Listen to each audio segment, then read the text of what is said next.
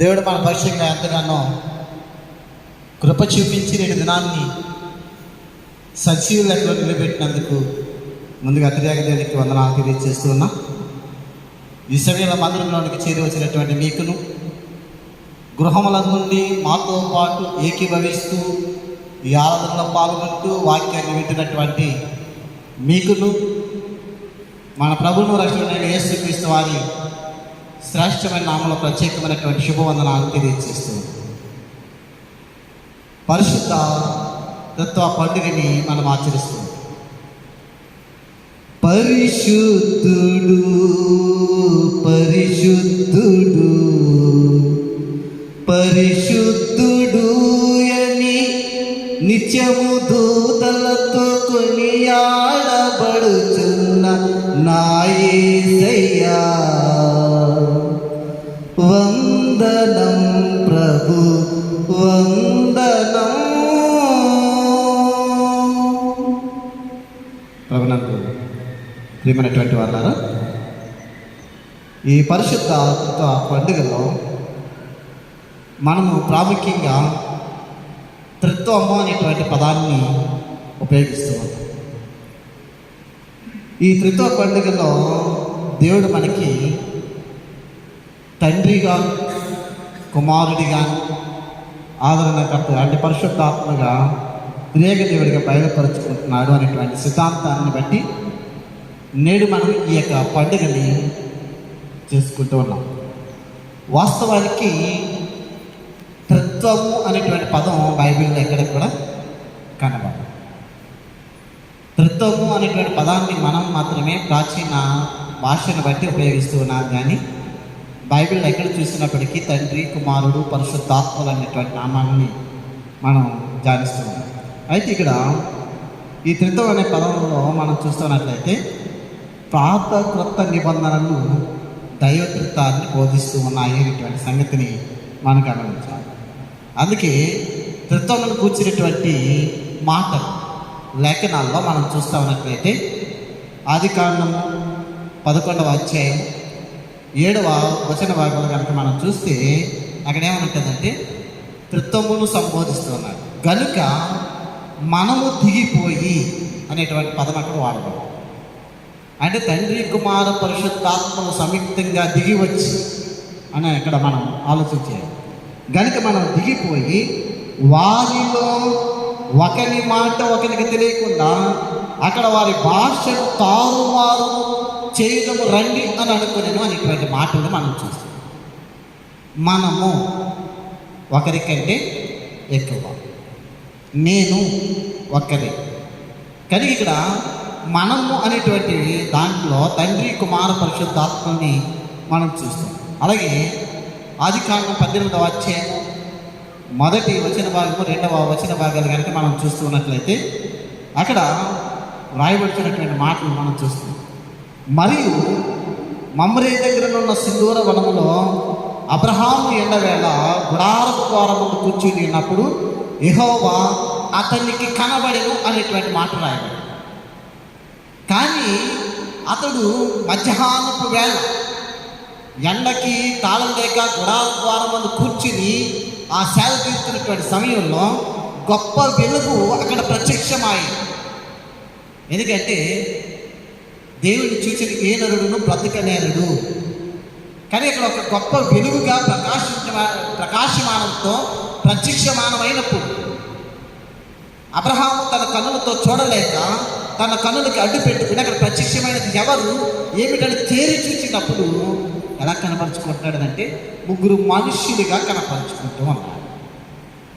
ఎందుకంటే అక్కడ అబ్రహాము బ్రతకాలి కనుక అక్కడ 3గా కనపరుచుకొని తన యొక్క శక్తిని బట్టి ఇక్కడ అబ్రహాముకి తాను కనపరుచుకున్నటువంటి రీతిని అక్కడ మనం చూస్తాం.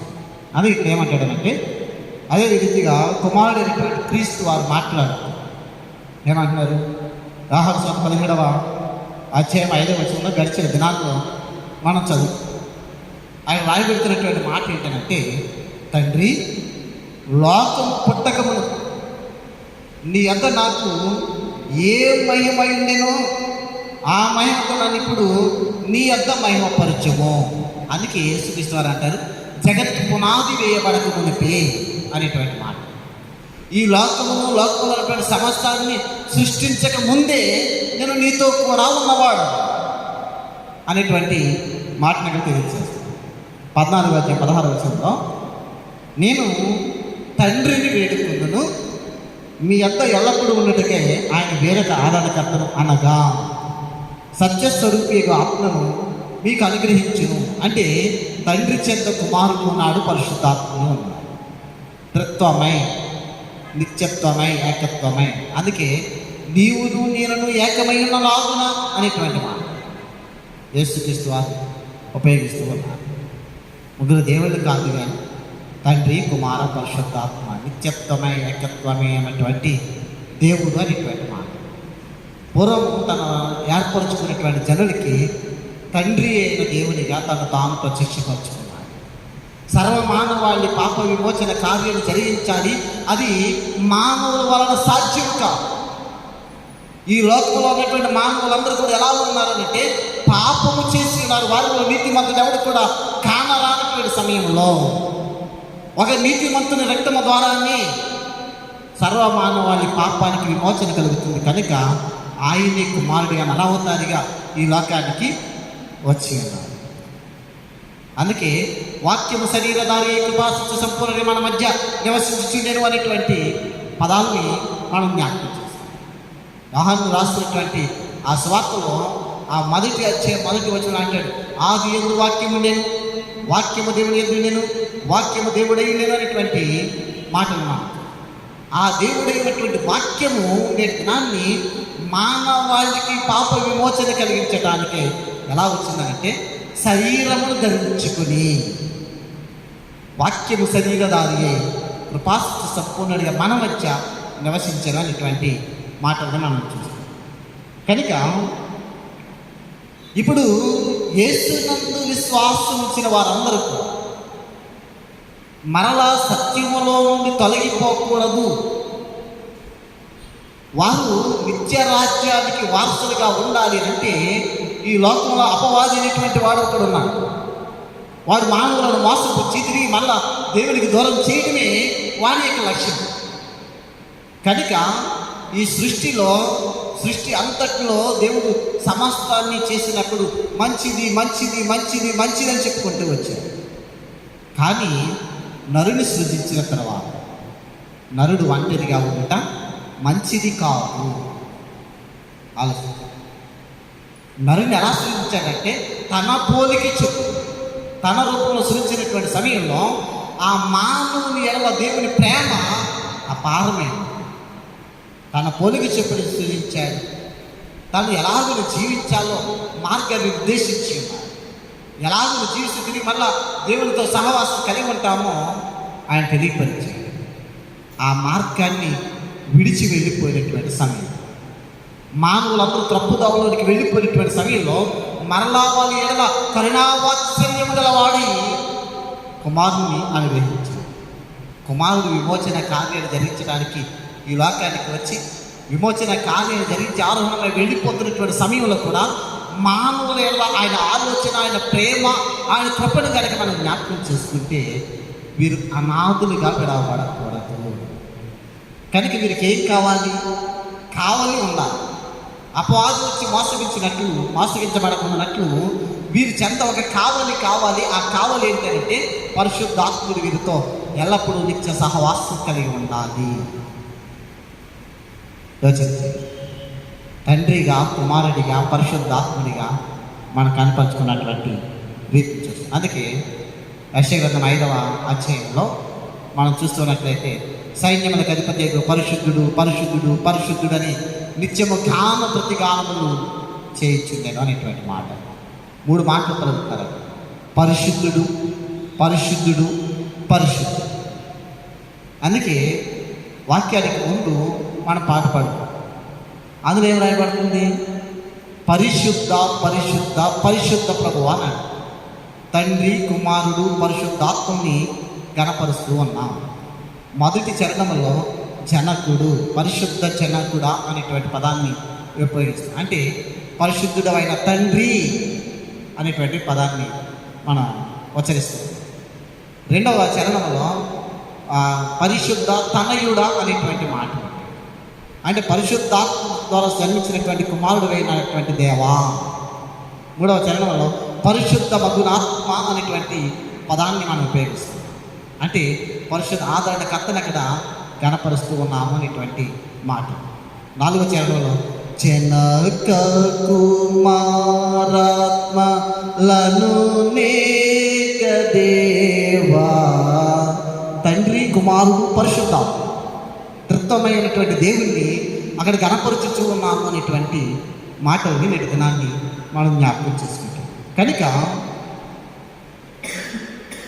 ఈ త్రిత్వము అనేటువంటిది లేఖనాలు ఆధారంగా క్రైస్తవ ధర్మశాస్త్రంలో, దేవశాస్త్రంలో త్రిత్వ సిద్ధాంతాన్ని ఎవరు మొదటిగా బయలుపరిచారు అనేటువంటిది ఆలోచన చేస్తూ ఉన్నట్లయితే, కపదొకియా సంఘ పితరులైనటువంటి నాజీ యాంజియస్ వాడైన గ్రెగరీ, నిస్సా వాడైనటువంటి గ్రెగరీ, కైసరి వాడైనటువంటి బాసిల్ అనేటువంటి ఈ ముగ్గురు కూడా క్రీస్తు శకం 381వ సంవత్సరంలో జరిగిన చక్రవర్తి అయినటువంటి కాన్స్టాంటినోపిల్ సభలో త్రిత్వమును గుర్చినటువంటి, త్రిత్వ భావాన్ని గుర్చినటువంటి సిద్ధాంతాన్ని రూపించబడినది అనేటువంటి మాటలు మనం చూస్తాం. కనుక ఈ త్రియేకత్వంలోని తండ్రి కుమార పరిశుద్ధాత్మల ఐక్యత ఏంటిదో, సంఘములో కూడా ఏకత్వ సంబంధం విశ్వాసుల మధ్య ఉండాలి అనేటువంటిదే ప్రధానమైనటువంటి సంకల్పం. త్రిత్వంలో సంఘ విశ్వాసులందరూ కూడా ఏక మనస్సు, ఏకాత్మ గలవారే ఐక్యతతో దేవుని సహవాసంలో నడవాలి అనేటువంటి ఉద్దేశము త్రిత్వంలోని ప్రాముఖ్యమైనటువంటి. అందుకే సార్వత్రిక క్రైస్తవ సంఘం 1334 నుండి అధికారికంగా అంగీకరించి ఆచరించడం ఈ త్రిత్వ కాలం ప్రారంభమైందనేటువంటిది జ్ఞాపకం చేసుకోవాలి. మరి నేటి దినాన్ని, ఈ పరిశుద్ధ త్రిత్వ పండుగ దినాన్ని మనం చదువుకున్నటువంటి 3 పాఠ్యభాగాల్లో పాత నిబంధన పాఠ్యభాగంలో గమనిస్తే, తండ్రి అయినటువంటి దేవుడు తాను ఏర్పరుచుకున్నటువంటి ఇశ్రాయేలుల జనాంగాన్ని పిలుస్తున్నాడు. స్వార్థ పాఠ్యభాగంలో కుమారుడైనటువంటి క్రీస్తు తాను ఏర్పరుచుకున్న వారిని లోకములోనికి పంపుచూ ఉన్నాడు. ఒకటి గమనించాలి, తండ్రి అయినటువంటి దేవుడేమో లోకములో ఉన్నటువంటి సకలమైనటువంటి జనాంగాల్లోంచి ఒక ప్రత్యేకమైనటువంటి ప్రజగా ఉండడానికి తన కొరకు ఏర్పరచుకున్నటువంటి ఆ ఇశ్రాయేలు ప్రజలు లోకములో చెదిరిపోయి ఉన్నటువంటి సమయంలో వారు తిరిగి మరలా తన సహవాసంలోనికి ఆయన పిలుస్తాడు. మరి లోక విమోచన జరిగించడానికి లోకానికి వచ్చినటువంటి కుమారుడు తన తదుపరి పరిచర్యను సాగించడానికి కొందరిని ఏర్పరచుకుని ఉన్నారు. ఆ ఏర్పరచుకున్న వారికి ఒక ఆజ్ఞను జారీ చేసిన లోకంలోనికి వెళ్ళి సర్వ సృష్టికి స్వార్థను ప్రకటించండి ఆజ్ఞను జారీ చేస్తున్నారు. పత్రిక పాఠ్యభాగంలో దేవుని మాటను విని అంగీకరించి ఆయన చెంతకొచ్చి దేవుని ఆజ్ఞకు లోబడి ఆయన ఆజ్ఞాన ప్రకారంగా లోకములోనికి వెళుచున్నటువంటి వారికి పరిశుద్ధాత్మని కాపుదల పత్రిక పాఠ్యభాగంలో మనం చూస్తాం. మరి నేటి దినాన్ని మనం ఏ స్థితిలో ఉన్నాం?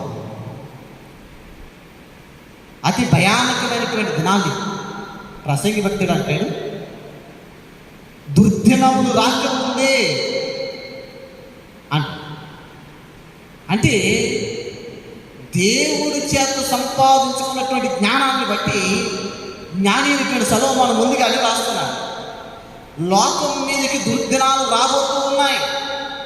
ఆ దినాల్లో ఇప్పుడు నాకు సంతోషం లేదనేటువంటి దినాలు రాబోతూ ఉన్నాయి. కాబట్టి ఆ దినాలు రాకముందే నీ బాల్య దినములందరినీ సృష్టికర్త అయినటువంటి యెహోవాను స్మరణకు తెచ్చుకోవడం అనేటువంటి మాట అక్కడ స్పష్టంగా రాస్తారు. ప్రస్తుతం ఆ దుర్దినాలలోనే నేడు మనం బ్రతుకుతున్నాం.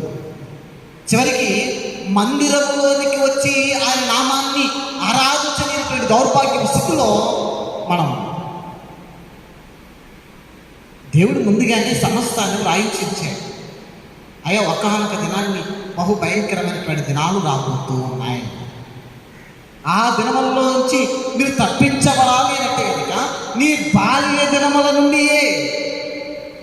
చాలామంది ఆలోచన ఎలా ఉంటుందంటే, ఇప్పుడే సండే స్కూల్లో బాగానే వస్తుంది ప్రార్థన, యవన ప్రైమరీకి అంతే లోకంలోకి వెళ్ళి పైగా వాక్యం చెప్తారు వాళ్ళే.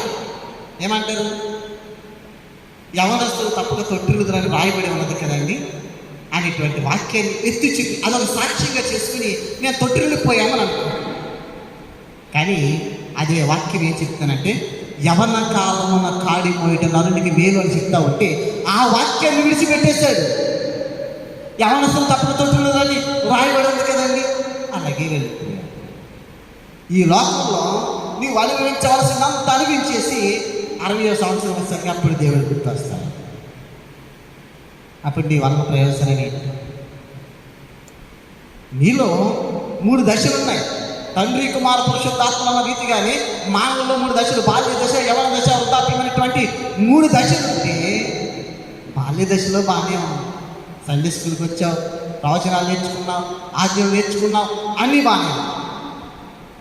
యవన ప్రాయంలోకి వచ్చేసరికి ఆజ్ఞను విడిచి దేవుని మీద తిరుగుబాటు చేసి దేవుడు పిలిచినా నీవు రాకుండా వెన్నిచ్చు వృద్ధాప్యంలో వచ్చి, అయ్యో నేను దేవుని సన్నిధికి వెళ్ళాలి, నేను పాటలు పాడాలి, ఆయన నామాన్ని ఆరాధించాలి, ఆయన సన్నిధిలో వాక్యం చెప్పాలన్నా అప్పుడు వస్తుంది ఆలోచన. ప్రయోజనం లేదు. నీకు ఎప్పుడైతే ఆ సమయంలో దేవుని స్తుతించాలి అనుకున్నావో అప్పుడే నేను రోగం పట్టి పీడిస్తూ ఉంది. 2 చేతులతో చప్పట్లు కొట్టి ఆరాధించాలని అనుకుంటావు, కానీ నీకు ఒక చేయి పని చేయదు. గబగబా నడుచుకుని ఆ దేవుడి సన్నిధానానికి వెళ్ళాలనుకుంటావు, కానీ నీకు కాలు పని చేయదు. పోనీ ఈ 2 బాగున్నాయి అని అనుకుంటే పాడడానికి నోరు. ఆ సమయం ఆ దేవుడు కోరుకున్నది. బాల్య దినముల నుండి నీ తుది శ్వాస విడిచే వరకు కూడా యెహోవా నామమును స్మరణ చేయమని చెప్పి వాక్యం సెలవిస్తూ ఉంటే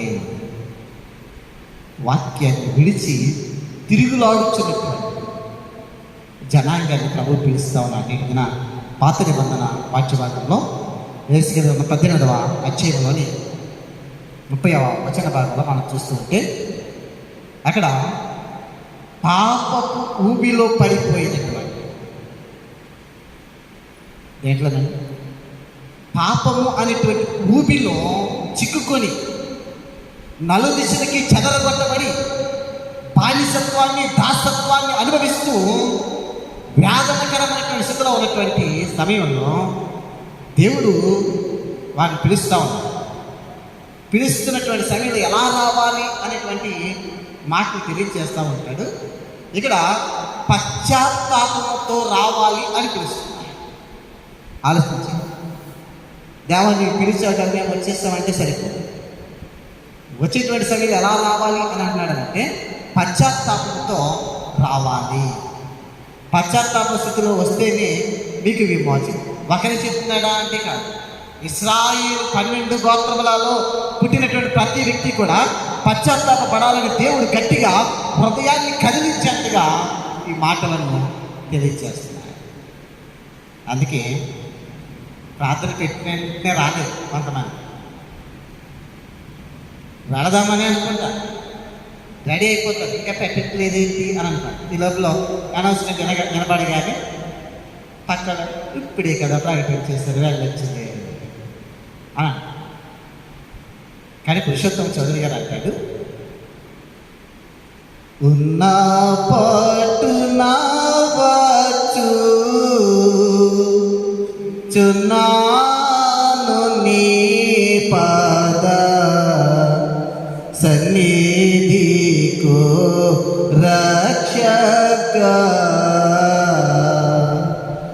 ఎన్న సఖ్యముగా నీ పాపములన్నీ మోపుగా వీపుపై బడి చున్నవిది నడలేక తోటిల్లు చున్నవాడను నన్ను దయగను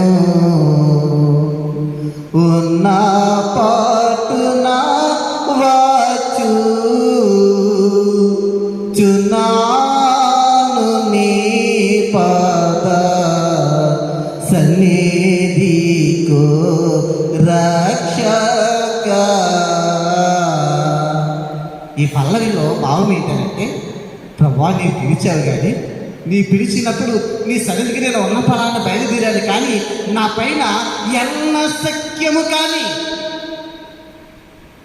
లెక్కించలేనటువంటి పాపములు మోపుగా కట్టుకుని నా వీపు వైపు చాలా భారంగా ఉన్నాయి. ఆ పాపాన్ని నేను మోసుకుని రావాలి అంటే నడవలేక తొట్టిల్లిపోతూ ఉన్నాను ప్రభువా.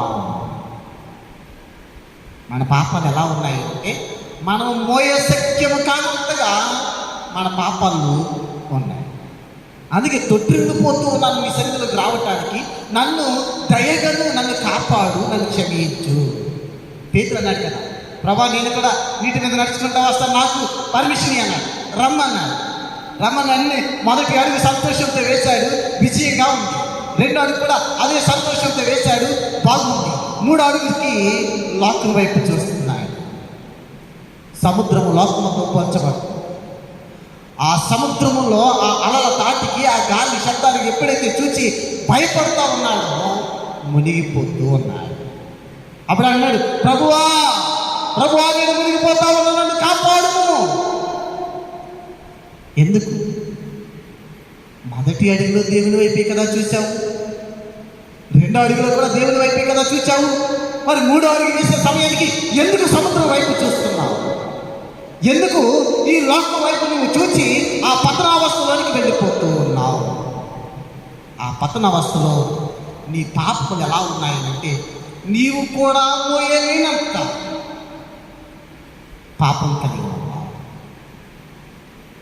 ఆ పాప భారాన్ని ఆయన సిలువు మీద మోసుకుని వెళ్ళి సిలువుకి కొడితే మీరు ఇంకా పాపం చేసి ఇంకా మూట కట్టుకుంటేనే ఉన్నావు. ఎందుకు ఈ బ్రతుకు? ఆలోచన చేశాను. అక్కడ అంటాడు, కారుణ్యానిధి యేసు నా రక్షక నిశా రక్తము చిందుట భూరి దయతో నన్ను నీదరి చేరమని పిలుచుటయుని కారణకు నీ ప్రేమ ఇది, మరి వేరే హేతు లేదు నాయడా. కేవలం నీ దయతో పిలుస్తున్నావయ్యా. ఒకవేళ మేము మమ్మల్ని నీతిమంతులని దేవుడు పిలుస్తున్నాడా? భూమి మీద ఎవడు కూడా నీతిమంతుడు లేడు. అందరూ పాపము చేసి దేవుడు అనుగ్రహించు మహిమను పొందలేకపోతున్నారు. అలాంటి సమయంలో ఆయన ఎలా పిలుస్తున్నాడంట? కేవలం నీ దయతో, నువ్వు మానవులలో చూపించేటువంటి ప్రేమతో నువ్వు పిలుస్తూ ఉన్నావు. అందుకే ఏమంటాడంటే, కాబట్టి ఇశ్రాయేలులారా ఎవరి ప్రవర్తనను బట్టి వారికి శిక్ష విధించును, మనస్సు త్రిప్పుకొని మీ అక్రమంలో మీకు శిక్షాకాలంలో కాకున్నట్లు వాటన్నిటినీ విడిచిపెట్టుడి. ఏం చేయమన్నారు?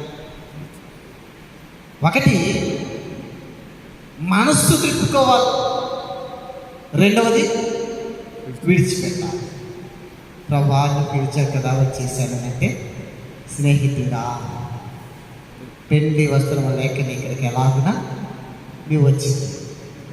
పెళ్లి విధులకి అనేకని పిలిచాడు. యూదుడు లేదు, గ్రీసు దేశస్తుడు లేదు, హెల్లెనీయుడు లేదు, అన్ని లేదు, ప్రతి ఒక్కరిని కూడా పెళ్లి విధులు అడిగి రమ్మని.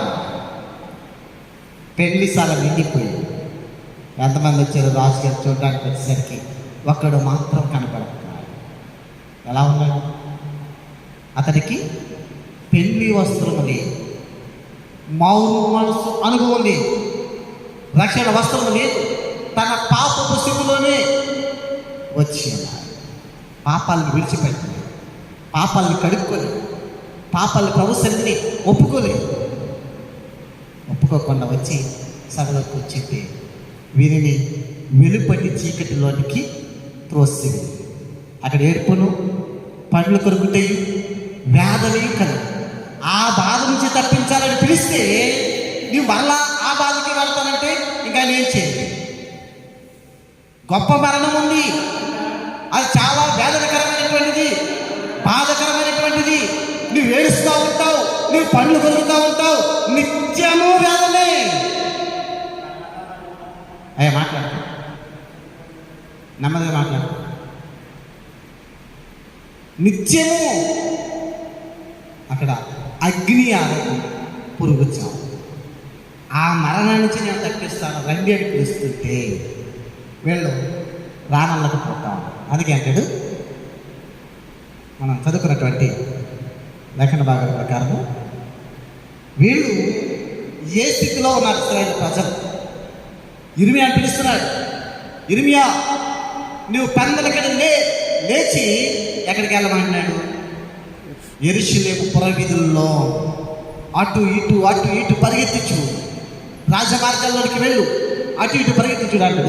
20 గ్రంథం 5వ అధ్యాయం 1వ వచనంలో యెరూషలేము వీధులలో అటు ఇటు పరిగెత్తి చూచి తెలుసుకుని దాని రాజ వీధులలో విచారణ చేయండి, న్యాయం జరిగించు, నమ్మకముగా ఎత్తించుకున్న ఒకడు మీకు కనబడిన ఎడలా నేను దానిని క్షమించను అని.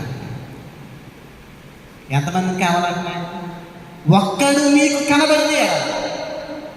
యెరూషలేము పురవీధులన్నీ కూడా అటు ఇటు పరిగెత్తి చూచి తెలుసుకోరండి, రాజమార్గంలోనికి వెళ్ళండి, అందులో విచారణ చేయండి. ఎవరైనా న్యాయం జరిగిస్తూ నమ్మకంగా ఉండడానికి ప్రయత్నం చేసేవాడు ఒక్కడు కనపడినా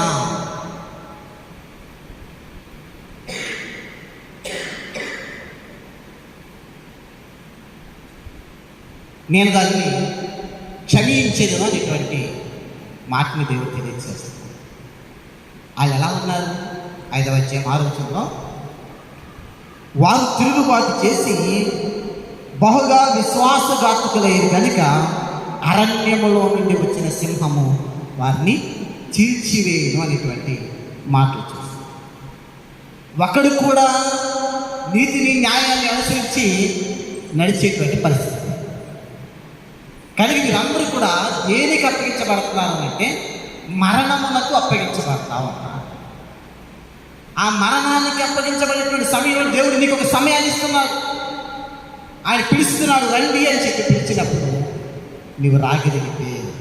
అందుకే ఇలాంటి స్థితిలో ఉన్న తాను ఏర్పరచుకున్నటువంటి జనాంగము ద్వారా ఇక్కడ చూస్తాం. యేసుక్రీస్తు హెచ్చరిక చేస్తూ పిలుస్తున్నటువంటి సమయంలో ఏం చేయమన్నాడు? మొదట మనస్సు త్రిప్పుకోండి. మొదటి మీ మనసు ఎక్కడ ఉంది అంటే దేవుని వైపే ఉంది. కానీ దేవుని వైపు నుండి మీ మనస్సు ఎటు త్రిప్పుకున్నావు అంటే లోకం వైపు తిరిగిపోయింది. ఇప్పుడు దేవుడు పిలిచినా కనీసం ఆయన తట్టు తిరిగి చూడలేనటువంటి దౌర్భాగ్య స్థితిలో ఉన్నారు. నేటి దినాన్ని అంటే ఈ లేఖనం ఇశ్రాయేలుతో మాట్లాడుతున్నాడని కాదు, దేవాలయంలోనికి వచ్చినటువంటి మనతో ప్రభు మాట్లాడు. దేవుని వాక్యం చదువుతున్నాము అంటే దేవుడు మనతో మాట్లాడచ్చు. నువ్వు ప్రార్థన చేస్తున్నావు అంటే నువ్వు దేవుడితో మాట్లాడచ్చు అన్నావు. ఆలోచన. కానీ ఇలాంటి సమయంలో ప్రభువు రెండు మాటలు చెప్తున్నాడు. ఒకటి, మనస్సు త్రిప్పుకోండి. దేని నుంచి? లోకం మీద నుంచి మీ మనసు త్రిప్పుకుని నా వైపు తిరగండి. రెండవది, అక్రమములను విడిచిపెట్టండి అని. ఒకటేంటి? మనసు త్రిప్పుకోవాలి. రెండవది, అక్రమములను విడిచిపెట్టాలి. యెషయా గ్రంథం 1వ అధ్యాయం 16 నుంచి 19 వచన భాగాలు మనం చూస్తున్నట్లయితే అక్కడ 2 మాటలు. ఒకటి, మిమ్మల్ని మీరు కడుగుకొనుడి. రెండవది, శుద్ధి చేసుకునేది అని. ఈ 2 మాటలు చాలా ప్రాముఖ్యం. యేసుక్రీస్తు గ్రంథంలో ఏమన్నాడు? మనస్సు త్రిప్పుకొనుడి.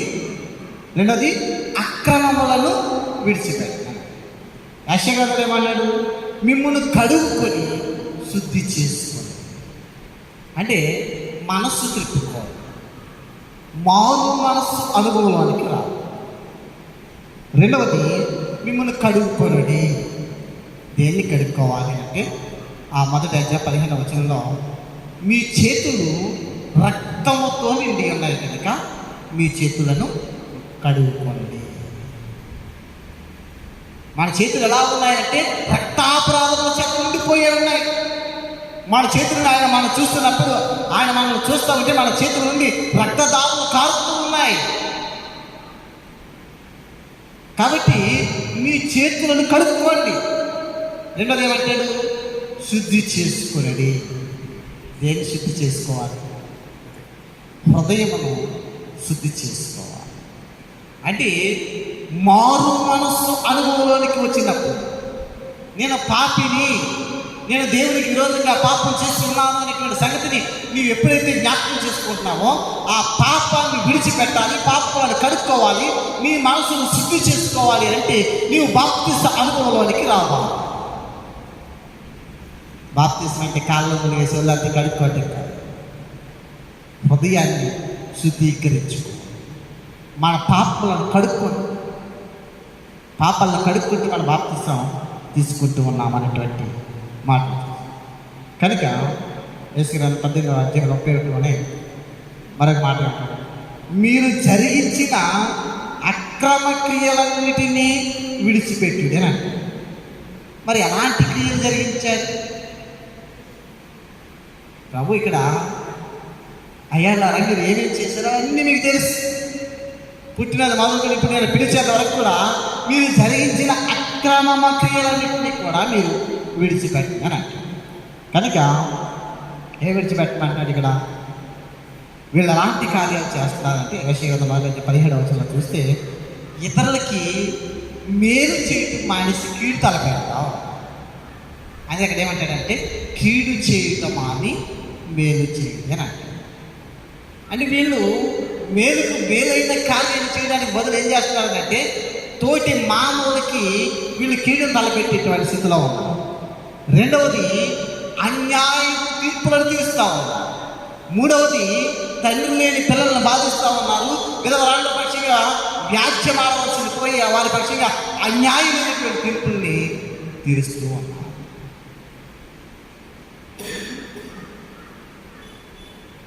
అక్కడ ధర్మశాస్త్రంలో కానీ ప్రవచనాల్లో కానీ తండ్రి లేని పిల్లలను మీరు ప్రేమించండి, విధవరాళ్ళ పక్షంగా నేను వ్యాజ్యమాడు వాడిని కనుక వారి పక్షంగా మీరు న్యాయాన్ని జరిగించండి అని అంటే వీరు అన్యాయమైన తీర్పు తీరుస్తూ ఉన్నారు.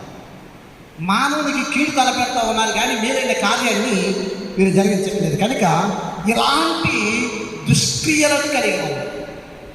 వాటన్నిటిని విడిచిపెట్టుడు అనేటువంటి మాటలు చూస్తాం.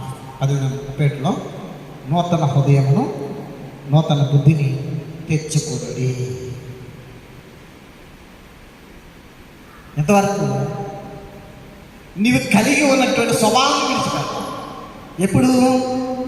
ఎప్పుడైతే మారు మనసు అనుభవంలోనికి వస్తున్నావో, ఎప్పుడైతే నేను పాపిలను గ్రహించావో, ఎప్పుడైతే నేను ప్రభువా నేను పాపిని నన్ను కాపాడని చెప్పి ప్రభు సన్నిధిలో నీ పాపాలను ఒప్పుకొని నీ పాపాలను కడుక్కుంటున్నావో, అప్పటి నుంచి నీ జీవితం ఎలా ఉండాలి అని అంటే నూతనమే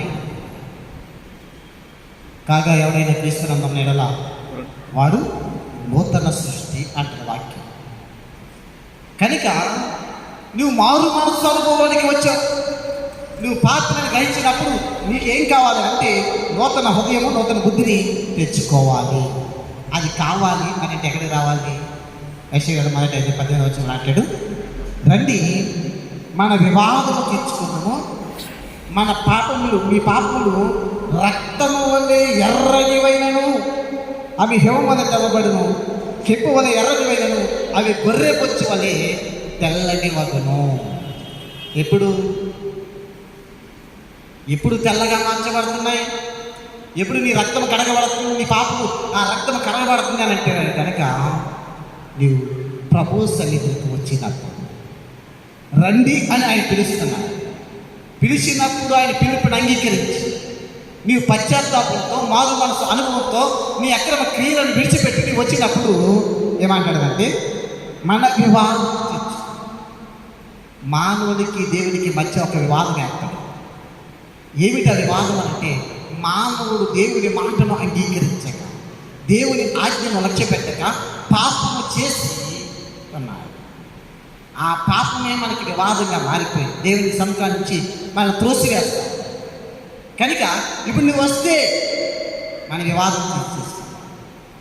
మీ పాపలు ఎలా ఉన్నాయంటే రక్తము వల్లే ఎర్రనివైనను సరే వాటిని ఎలా మార్చేస్తానని అంటున్నాడంటే తెల్లనిగా హిమమ్మ వల్లే మారుస్తాను అని. కెంపు వల్లే ఎర్రనివైనవి సరే నేను వాటిని ఎలా మారుస్తానంటానంటే గొర్రె ముచ్చ వల్ల తెల్లనిగా నేను మార్చేస్తాను రండి అని చెప్పి చూస్తున్నాడు. అందుకే రామపత్రిక 3:10 ఏమంటాడంటే ఇందును గురించి వ్రాయబడి ఏమనగా నీతిమంతుడు లేడు, ఒకడును లేడు, గ్రహించువాడెవడము లేడు, దేవుని వెనుకవాడెవడము లేడు, అందరూ త్రోవ తప్పి ఏకముగా పనికి మారిన వారయ్యారు అని చెప్తారు. దేన్ని ఆధారం చేసుకుని రాస్తున్నాడు పౌలు ఇది ఫిలాసఫర్. ధర్మశాస్త్రాన్ని అంతా మీరినటువంటి ధర్మశాస్త్రంలో శిష్యులు చేసినటువంటి వాడు, ఆ ప్రవచనాలన్నింటినీ ఎరిగినటువంటి వాడు కనుక లేఖనముల ప్రకారం అని అంటారు. లేఖనాలు ఏమన్నాడంటే నీతిమంతుడు లేడు, ఒక్కడైనను లేడు, గ్రహించువాడెవడూ లేడు. దేని గ్రహించాలి? దేవుని మాటని గ్రహించేవాడు ఎవరు కూడా లేదు. ఆయన ఎందుకు ప్రవక్తలు మన దగ్గర పంపిస్తున్నాడు, ఎందుకు మన కొరకు ఆయన ఇన్ని మార్పులు పిలుస్తున్నాడు అనేటువంటి గ్రహింపు లేని వాడిగా ఉన్నాడు. రెండవది, దేవుణ్ణి వెదికేవాడే కనబడట్లేదు. ఆలోచించాలి. ఉదయం లేవగానే మనము మన పనులు మన పిల్లలు మన కుటుంబం మంచిదే, పిల్లల కోసం కుటుంబం కోసం కష్టపడాలి. కానీ అంతకంటే ముందు దేవరాత్రంతా నన్ను కాపాడు, నేటి ఉదయాన్ని సజీవ లెక్కలో ఉంచాను. ఇదిగో నీవు నాకు ఇచ్చిన ఈ కుటుంబ పక్షంగా, నీవు నాకు ఇచ్చిన ఈ బిడ్డల పక్షంగా నేను జీవనోపాధి పని చేసుకోవడానికి వెళ్తున్నాను. నీ కాపుదల తెచ్చి ప్రభువాన్ని అడిగితే ఆయన కాయడా కాస్తాడు కదా. ఉదయం వెళ్ళిపోయే పని చేసుకున్న సాయంకాలం వచ్చావు, ప్రభా ఉదయకాలం అంతా నన్ను కాపాడావు, ఇదిగో ఈరోజు నేను నీ సన్నిధిలో మళ్ళా శాంకరంగా గృహం చేయాలి అని ప్రార్థించగలుగుతున్నావా? లేదే. ఈ గ్రహింపు ఎప్పుడు కలుగుతా ఉంది? దేవుడే నన్ను కాపాడుతా ఉన్నాడు, దేవుడే నా కాపుదలని నువ్వు ఎప్పుడు తెలుసుకుంటావు?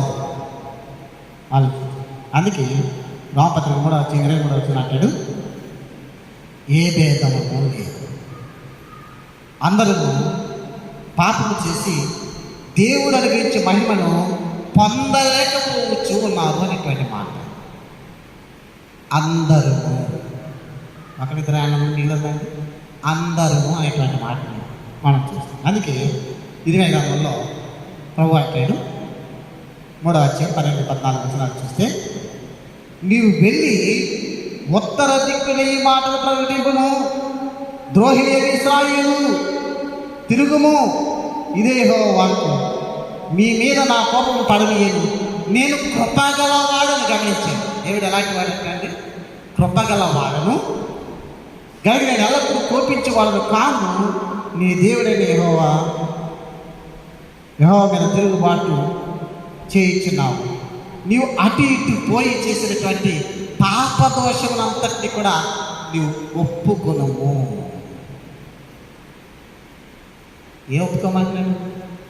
ఇందాకేమో దుష్క్రియలను విడిచిపెట్టము, ఒకటేమో నిన్ను నీవు కడుక్కొని నీ హృదయాన్ని శుద్ధి చేసుకోమని. ఇప్పుడు పాప దోషము ఒప్పుకోవాలి. ప్రభు పిలిచాడంటే వచ్చేది కాదు, ఇవన్నీ చేసి రావు. అందుకే 14 అంటాడు, భ్రష్టులకు పిల్లలారా తిరిగి రండి. ఏమని పిలుస్తారు? భ్రష్టులమైపోయి దేవుని సముఖంలో ఉన్నప్పుడు నీవు సంతోషము సమాధానంతో ఉన్నావు, కానీ లోకంలోనికి ఎప్పుడైతే వెళ్ళావు నీ జీవితం భ్రష్టత్వంగా మారిపోయింది. మనం కూడా చాలా సందర్భాల్లో మన సహోదరులు అంటారు, వీడింత భ్రష్టుడైపోయాడు అనేటువంటి మాటను పిలుస్తాం. అందుకే భ్రష్టులకు పిల్లలారా తిరిగి రండి, నేను మీ యజమానుడిని. నేను ఎవరనుకుంటున్నారు? నేను మీ యజమాని, మీ తండ్రిని, మీ ఆదోనికర్తని, మిమ్మల్ని కాపాడువాడు, మిమ్మల్ని పోషించేవాడును నేనే కనుక నా యొద్దకే మీరు తిరిగి రావాలి అని పిలుస్తున్నాను. యోవేలు గ్రంథంలో 2వ వచనంలో ఇప్పుడైనను సమయం మించిపోదు,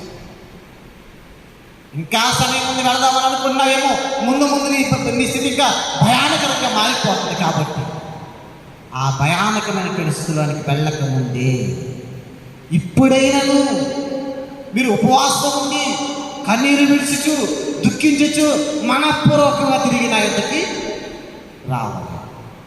రమ్మంటే రావద్దు, పిలుస్తున్నారు. ఎంత సమయం ఇస్తారంటే, అయ్యో ఈ సమయం కాబట్టి ఇంకో సమయంలో నా బిడ్డలు నా మాట వినకపోతారా? మానవుని ఎడల దేవుని ప్రేమ అపారమైన. అందుకే అక్కడ ఏమంటాడంటే, మీ దేవుని యెహోవా కరుణావాత్సల్యము గలవాడు అని చెప్పి ఎవరు ప్రార్థన. ఏమన్నాడు? మీ దేవుడు కృపగలవాడు అని అంటుంటే ఎవరు? మీ దేవుని యెహోవా కరుణావాత్సల్యము గలవాడు అనేటువంటి మాటల్ని మనం చూస్తాం. కనుక కరుణతో ఆయన పిలుస్తున్నప్పుడు ఆయన సన్నిధికి వస్తే మరి మన పాపాలను బట్టి ఏం చేస్తాడు ఆయన? యెషయా గ్రంథము 43వ అధ్యాయం 25వ వచనంలో, నేనే నా చిత్తానుసారమైన అతిక్రమలను తుడిచివేసినాను, నీ పాపమును జ్ఞాపకము చేసుకోవాలి. గమనించాను, నా మాట నీకు వచ్చావు కాబట్టి ఇక మీద నీవు చేసిన పాపాలన్నింటినీ కూడా నేను నా చిత్తానుసారంగానే వాటన్నిటిని కూడా తీసేస్తాను. ఆ పాపాలని ఇక ఎన్నడూ నేను జ్ఞాపకం చేసుకోనని చెప్పి దేవుడు మాటిస్తున్నాడు. నీ పాపాలన్నింటినీ కూడా నా వెనక తట్టు పారవేస్తాను. నీకు వెనక తిరిగి అటు చూసేటువంటి పరిస్థితి లేదు. ఎందుకంటే నీవు వచ్చి కడుక్కున్నావు కాబట్టి, నువ్వు శుద్ధి చేసుకున్నావు కాబట్టి, నువ్వు నీ పాప దోషాన్ని ఒప్పుకున్నావు కాబట్టి. మరి నరుడు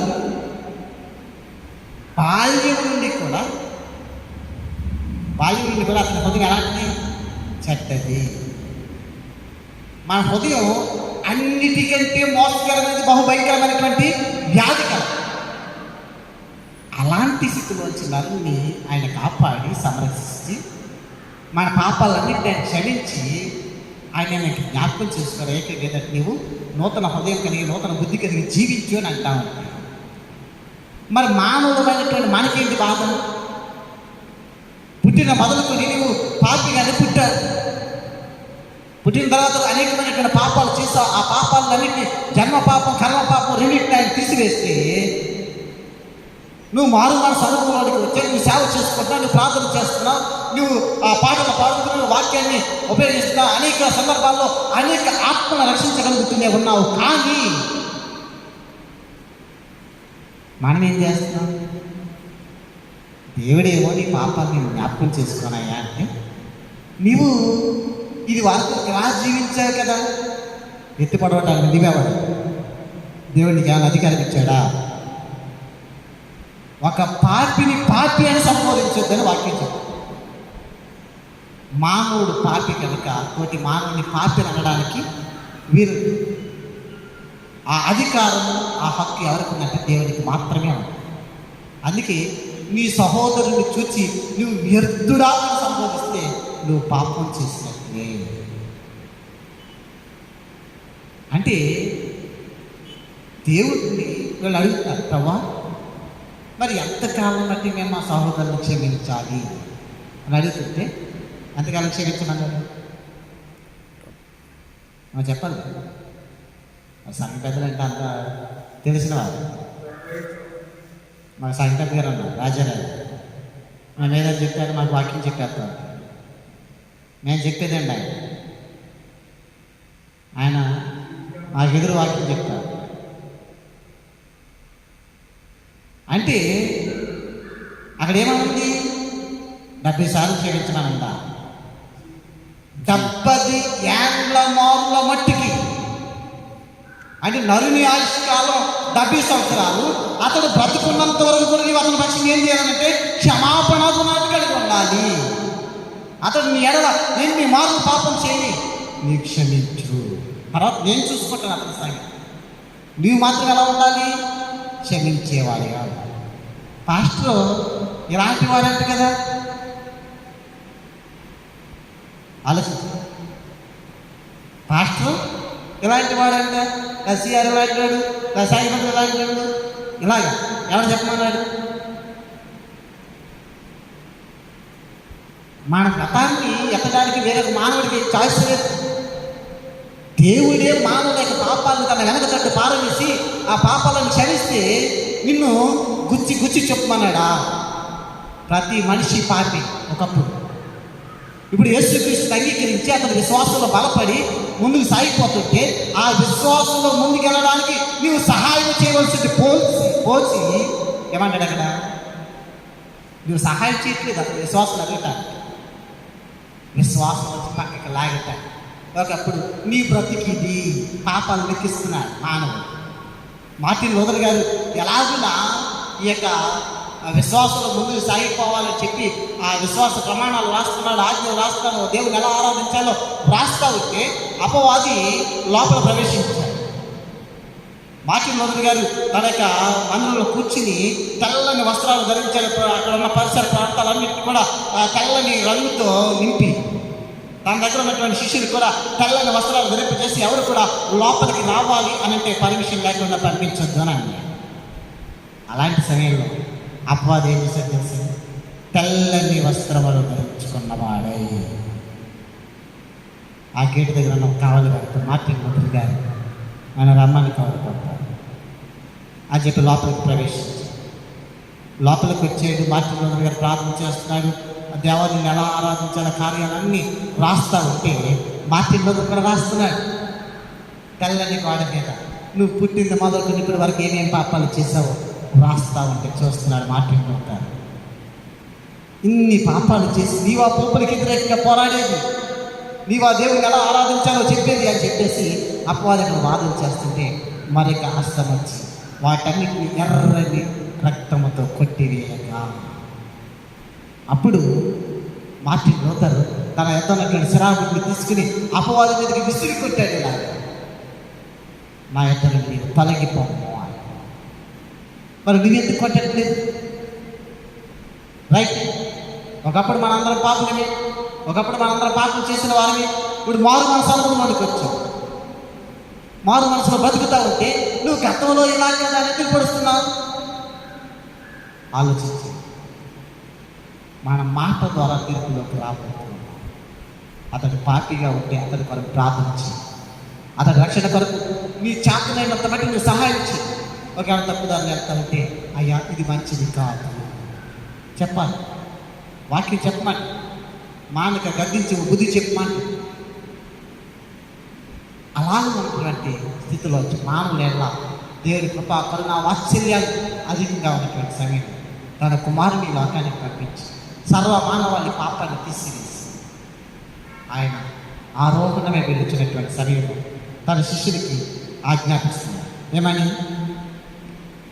అయితే యేసు వారి యొద్దకు వచ్చి, ఎవరి యొద్దకి వచ్చేది? 11 అధ్యాయం 11 వచనంలో 16 వచనంలో 11 మంది శిష్యులు యేసు తనకు చూపించిన గలిలయము అనే కొండకు వెళ్ళేది. ఆ కొండ యొక్క దేవుడు ప్రత్యక్షమై వారితో మాట్లాడు. అయితే యేసు వారి యొద్దకు వచ్చి, పరలోకమందును భూమి మీదను నాకు సర్వాధికారం ఇవ్వబడి ఉన్నది కాబట్టి మీరు వెళ్ళి సమస్త జనులను శిష్యులుగా చేయండి. త్రోసేమందా వాక్యం ఏం చెప్తున్నాను? సమస్త జనులు, ఆడు ఎలాంటి వాడైనా సరే నువ్వు వాడికి ఏం చెప్పాలి? వాక్యం చెప్పాలి. వాక్యం చెప్పి ఎలా మార్చాలి? యేసు యొక్క శిష్యుడిగా మార్చగలరు. అదే భూమి మీద మనకి ఇచ్చినటువంటి ఉద్యోగం, దేవుడు మనకి ఇచ్చినటువంటి ఆధిక్యత. ఆ ఆధిక్యతను విడిచిపెట్టి మనం ఏం చేస్తున్నాం?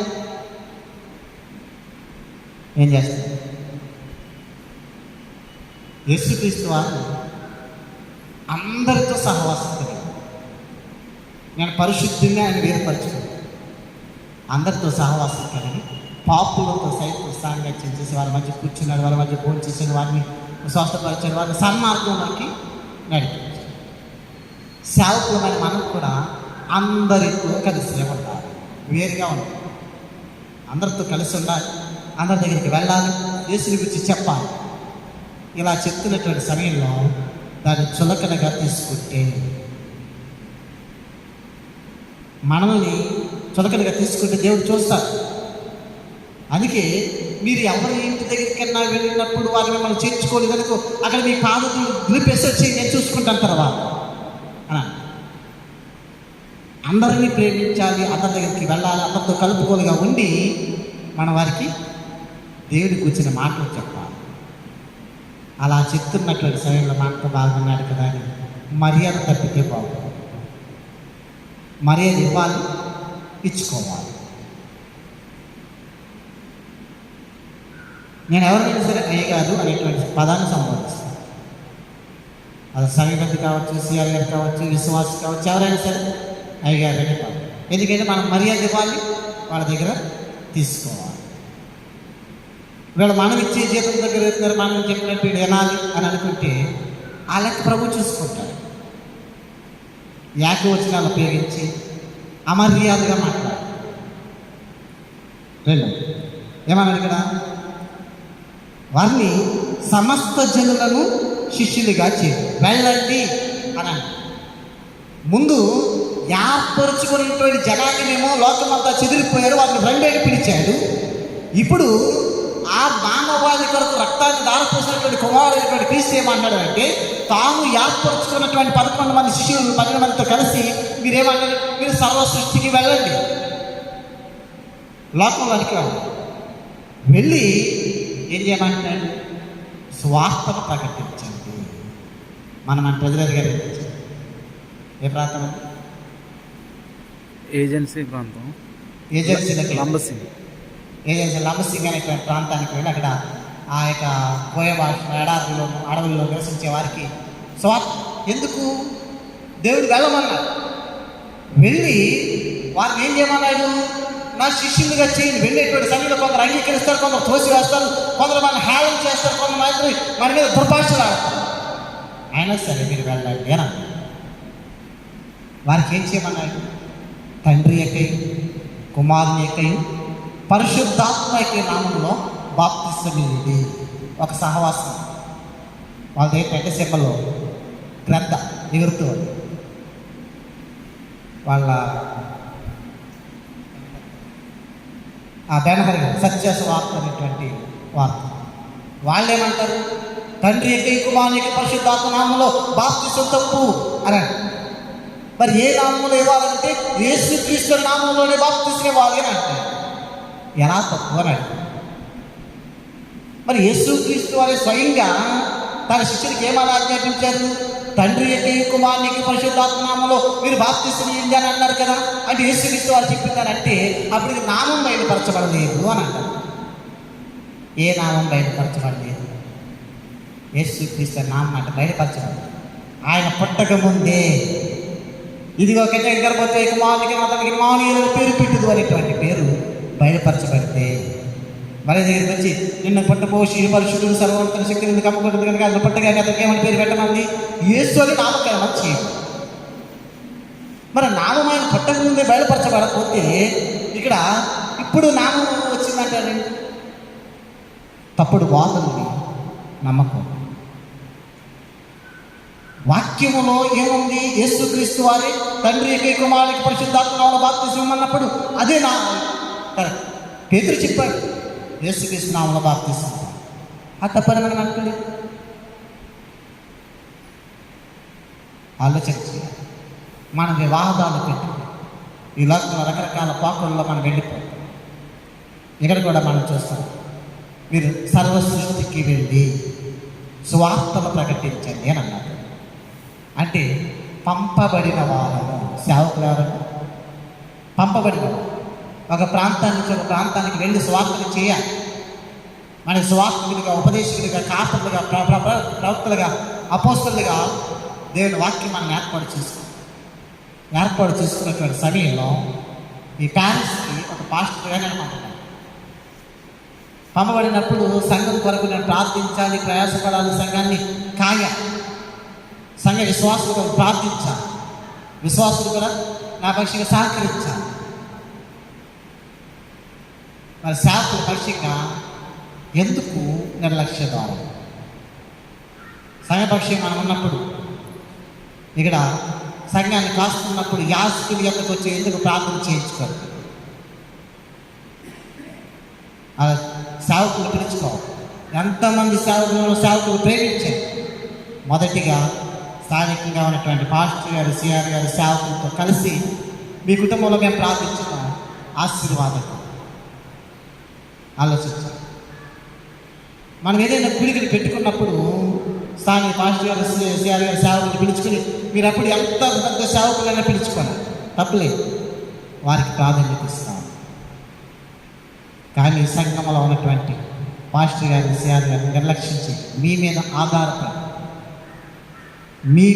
మీ మధ్య పరిచయం చేసి మీ మధ్య జీవించవలసిన వారము అనేటువంటి సంగతిని గుర్తుంచుకోవాలి. అంటే ప్రార్థన చేస్తే కానుక వారేమో అనేటువంటి భావం, అది మీ ఇష్టం, ఇవ్వాలి అని డిమాండ్ అయితే కానీ ప్రతిదానికి సహకరిస్తూ దేవుడు సంపూర్ణ ముందుకు సాగిపోదాం. అలాగే సాగిపోతున్నటువంటి సమయంలో పరిశుద్ధాత్మ దేవుడు నిత్యము మనకి కాపుదలగా ఉంది, ఆయన కాపాడుతుంది.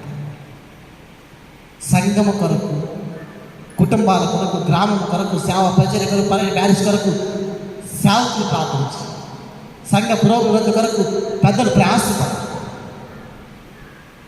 సంఘములో ఎవరికైనా బలహీనంగా ఉంది అంటే అది మొదటి ఎవరికి తెలుస్తుందంటే సంఘ పెద్దలు తెలుస్తుంది. వారు పిలిచి అయ్యా పలానా వారికి బాగోలేదు ప్రార్థన చేద్దాం రండి అని అంటున్నవారు. కానీ మీరే మాకు సంబంధం లేదు అని అన్నట్టుంటే ఎలా? ఎవరికైనా బాగోలేదు వెళదాం రండి అని ఇంతవరకు ఒక్క సంఘ పెద్దలు ఏర్పరిచారు. అంటే సంఘాన్ని మనకి ఇచ్చినటువంటి బాధ్యతని మనం విస్మరిస్తున్నామేమో. వాక్యం ఏం చెప్పింది? మీలో ఎవరైనా రోగి ఏమైనా మొదటిగా సంఘపు పెద్దలను పిలిపించుకొని నా నామం పేరట నూనె రాసి ప్రార్థన చేయాలని గొప్ప ఆధిక్యతలు మీకు ఇస్తే మీరు ఎందుకు నిర్లక్ష్యం కావాలి? నేటి దినాన్ని సంఘం అంతా వచ్చి ఆరాధనలో పాల్గొనంటే తండోపతండాలుగా పరిగెట్టుకుంటూ వస్తారు కదా. 5 పెద్దలు ఎంతమంది వచ్చారు? మీకు ఇవ్వబడినటువంటి వాక్యాన్ని మీరు కోల్పోతూ ఉన్నారు. ఆలోచించి ప్రతి ఒక్కరు కూడా దేవుని ఎలా భయం కలిగి భక్తి కలిగి జీవితాం. అలాగే మనం దాని పరిశుద్ధాత్మ దేవుడు మనకు సహాయం చేయడం కాక ఆమేన్.